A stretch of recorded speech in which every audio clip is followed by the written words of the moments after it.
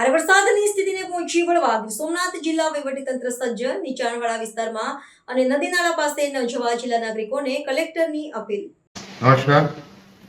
ગીર સોમનાથ જિલ્લામાં પાછલા 2 દિવસથી સતત વરસાદ પડી રહેલ છે, પરંતુ ચિંતાનું કોઈ કારણ નથી.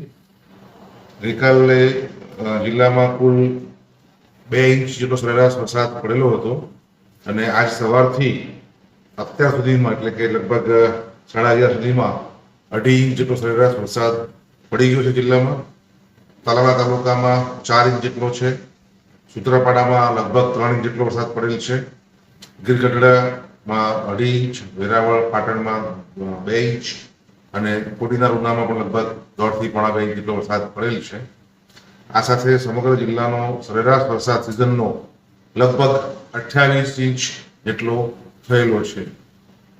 પાછલા લગભગ 36 કલાકથી જે વરસાદ પડી રહ્યો છે તેના કારણે અમુક જે કોઝવેઝ છે એમાંથી પાણી ઉપર જઈ રહ્યું છે, માટે સ્થાનિક તંત્રને સૂચના આપીને આ રસ્તાઓ બંધ કરવામાં આવેલા છે.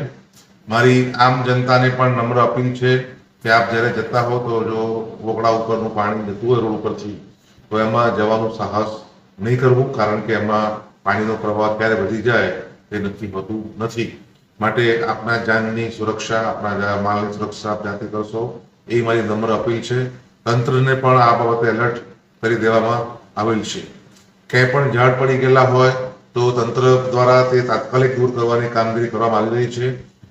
કોઈ પણ નાગરિકના ધ્યાને આવે તો તાત્કાલિક તાલુકાના કંટ્રોલ રૂમ પર આ બાબતે જાણ કરવા અમારી આપણે નમ્ર અપીલ છે, વિનંતી છે.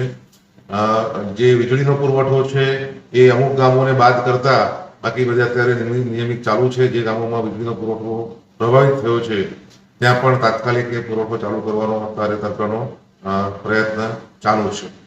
જિલ્લામાં કુલ આપણા જે 5 ડેમ આવ્યા છે તે પૈકી હિરણ 2 ડેમ એ લગભગ 100% ભરાઈ ગયો છે અને લગભગ એના 2.44 મીટર દરવાજા ખોલવામાં આવ્યા છે. તેના કારણે તલાલા તાલુકાના ઉમરેઠી, માલરીજવા અને સમરવાલ ગામ તેમજ વેરાવળ તાલુકાના બેરાળા, મંડોર, ઈશ્વરિયા, ઇન્દ્રોય, નાવદરા, સોનરિયા, સૌની, બાદલપર, મીઠાપુર, કાજલી, પ્રભાસ પાટણ આ જ્યાં ગામોથી નદી પસાર થઈ રહી છે ત્યાં પાણીનું વહેણ વધવાની શક્યતા રહેલ હોવાથી આ ગામના નાગરિકોને સુરક્ષિત રહેવા માટે તંત્ર દ્વારા વિનંતી કરવામાં આવે છે.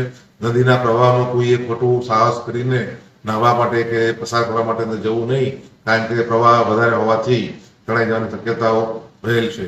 સિંગોડા ડેમ જે છે તે પણ 100% ભરાઈ ગયો છે, એટલે કોડીનાર તાલુકાના જે ડેમના નીચાણવાસના ગામો છે તેને પણ સૂચિત કરવામાં આવે છે કે પાણીનું વહેણ વધારે હોવાથી આપ કોઈ પણ પ્રકારનું સાહસ અંદર જવાનું કરશો નહીં.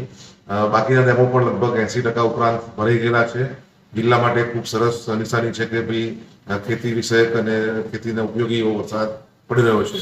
તંત્ર રાઉન્ડ ધ ક્લોક આ માટે જાગૃત છે, એલર્ટ છે. કોઈ પણ પ્રકારની તકલીફ હોય, મુશ્કેલી હોય તો સ્થાનિક મામલતદાર કચેરી, ટીડીઓ કચેરી કે આપની નગર પ્રાંત કચેરીને સંપર્ક કરવા અથવા જિલ્લા કંટ્રોલનો સંપર્ક કરવા માટે આપને વિનંતી કરવામાં આવે છે.